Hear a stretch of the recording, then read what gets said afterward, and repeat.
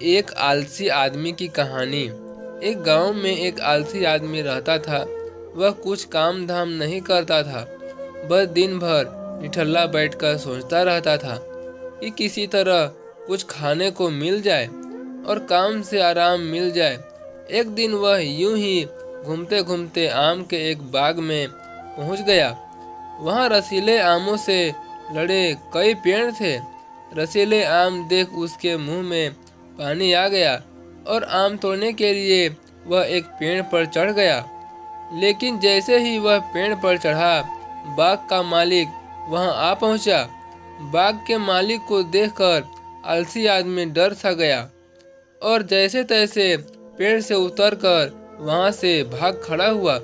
भागते भागते वह गांव के बाहर स्थित जंगल में जा पहुंचा। वह बुरी तरह से थक गया था, इसलिए एक पेड़ के नीचे बैठकर सुस्ताने लगा। तभी उसकी नज़र एक लोमड़ी पर पड़ती है। उस लोमड़ी की एक टांग टूटी हुई थी और वह लड़खड़ाकर चल रही थी। लोमड़ी को देख आलसी आदमी सोचने लगा कि ऐसी हालत में भी इस जंगली जानवरों ने भरे जंगल में यह लोमड़ी बच कैसे गई, इसका अब तक शिकार कैसे नहीं हुआ। जिज्ञासा में हुआ एक पेड़ पर चढ़ गया और वहां बैठकर देखने लगा कि अब इस लोमड़ी के साथ आगे क्या होगा। कुछ ही पल बीते थे कि पूरा जंगल शेर की भयंकर दहाड़ से गूंज उठा, जिसे सुनकर सारे जानवर डर कर भागने लगे।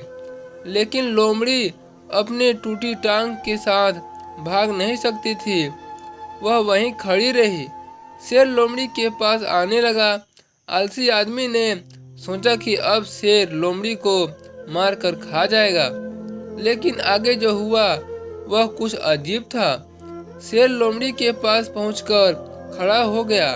उसके मुंह में मांस का एक टुकड़ा था, जिसे उसने लोमड़ी के सामने गिरा दिया।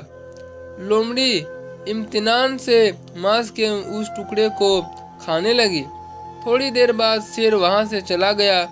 यह घटना देख आलसी आदमी सोचने लगा कि भगवान सच में सर्वसर्वा है। उन्होंने धरती के समस्त प्राणियों के लिए, चाहे वह जानवर हो या इंसान हो, खाने पीने का प्रबंध रखा है। वह अपने घर लौट आया। घर आकर 2 से 3 दिन तक बिस्तर पर लेटकर प्रतीक्षा करने लगा कि जैसे तैसे भगवान शेर के द्वारा लोमड़ी के लिए भोजन भिजवाया था, वैसे ही उसके लिए भी कोई न कोई खाने पीने का सामान ले आएगा। लेकिन ऐसा कुछ नहीं हुआ। भूख से उसकी हालत खराब होने लगी। आखिरकार उसे घर से बाहर निकलना ही पड़ा। घर के बाहर उसे एक पेड़ के नीचे बैठे हुए बाबा दिखाई पड़े। वह उनके पास गया और जंगल का सारा वृत्तांत सुनाते हुए बोला, बाबा जी, भगवान मेरे साथ ऐसा क्यों कर रहे हैं?